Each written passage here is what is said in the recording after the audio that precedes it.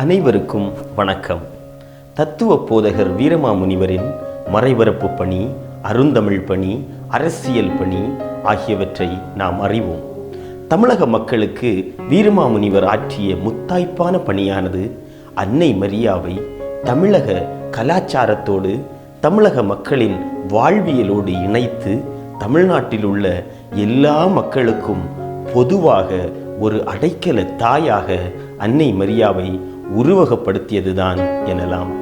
இன்று சாதி, மதம், வர்க்கம் என்றும் உயர்ந்தவர் தாழ்ந்தவர் என்றும் எந்த வேறுபாடுகளும் இல்லாமல் தமிழக மக்கள் அன்னை மரியாவை அடைக்கல தாயாகவும் பெரிய நாயகி அன்னையாகவும் வழிபட்டு அன்னையின் ஆசீர்வாதங்களை பெற்று செல்வதற்கு முக்கிய காரணமாக இருந்தவர் நமது வீரமாமுனிவர் என்பதில் எந்த ஐயமும் இல்லை. தமிழ் சமூகம் பெண்களுக்கு அளிக்கும் முக்கியத்துவத்தை வீரமாமுனிவர் அறிந்திருந்தார். தமிழ் மக்களிடையே பெண் தெய்வ வழிபாடு ஆதிகாலம் தொட்டே நிலவி இருந்ததை வீரமாமுனிவர் அறிந்திருக்கிறார். அதனால்தானோ என்னவோ அன்னை மரி பக்தியை தமிழ் பண்பாட்டிற்கு ஏற்றவாறு தமிழ் வாழ்வியலோடு ஒன்றும் விதமாக வீரமாமுனிவர் மக்களிடம் பரவலாக்கம் செய்துள்ளார். நமது தாய் அன்னை மரி மீது வீரமாமுனிவர் கொண்டிருந்த பக்தியினை வெளிக்காட்டும் விதமாக அன்னை மரியாவிற்கென்றே 4 செய்யுள் இலக்கியத்தை வீரமாமுனிவர் படைத்திருக்கிறார். அன்னை அழுங்கல் அந்தாதி, அடைக்கல நாயகி அம்மானை, திருக்காவலூர் கலம்பகம் போன்ற சிற்றிலக்கியங்களும் அவர் படைத்த தேம்பாவணி காப்பியத்தில் அன்னை மரியை முக்கிய பாத்திரமாகவும் வடித்துள்ளார் நமது புனிதர்.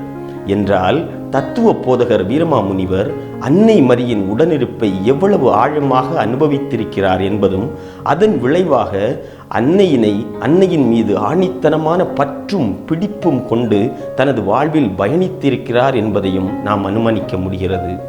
ஒரு கால் அவன் நூல் ஓதினால் போதுமா?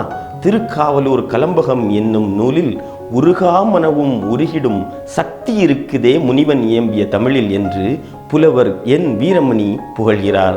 தனது தேம்பாவணி படைப்பில் அன்னை மரியாவை தாயும் நீ தலைவியும் நீ என்று தனது தாயாகவும் தலைவியாகவும் பாவித்த வீரமாமுனிவர் அனைத்து தமிழ் மக்களுக்கும் அன்னை மரியை தாயாக அறிமுகப்படுத்துகிறார்.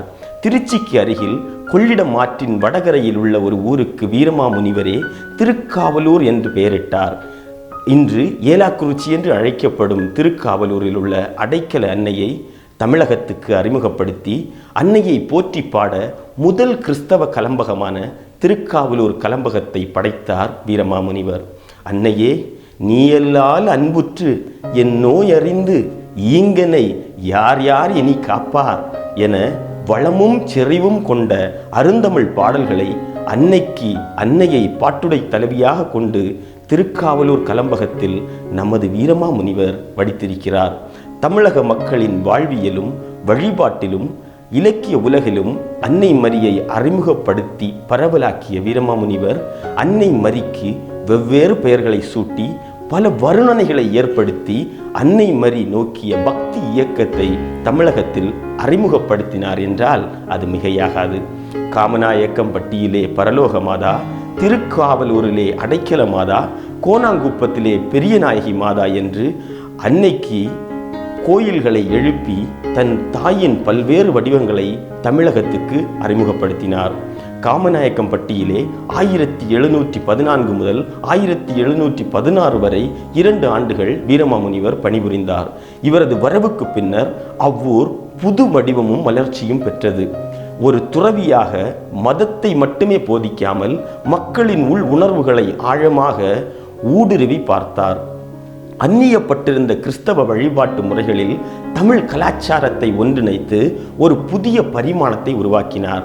ஆகவே 1715ஆம் ஆண்டு நடைபெற்ற திருவிழாவில் தமிழ் கலாச்சாரத்தை அனைத்து மக்களும் புரிந்து கொள்ளும் கலாச்சாரத்தை கிறிஸ்தவ மக்களிடமும் மாற்றி ஒரு புதிய அத்தியாயம் படைத்தார்.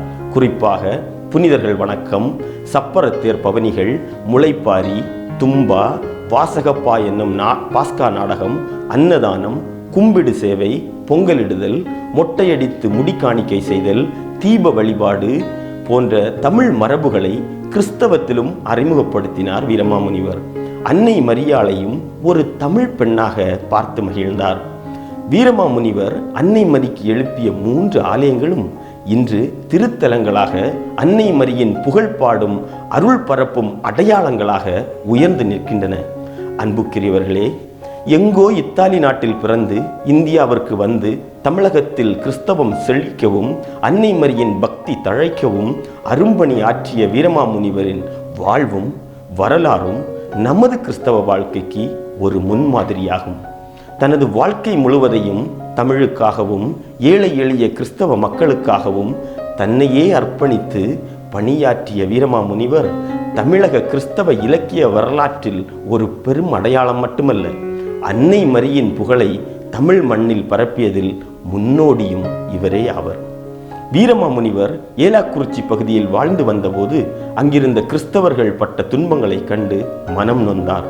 அங்கு கிறிஸ்தவர்கள் பட்ட துன்பங்களுக்கு அடைக்கலம் அன்னை மரியாதான் என்று எண்ணிய அவர் அடைக்கல மாதா என்ற கோவிலை நிறுவி மக்களை அங்கு வழிபட செய்தார்.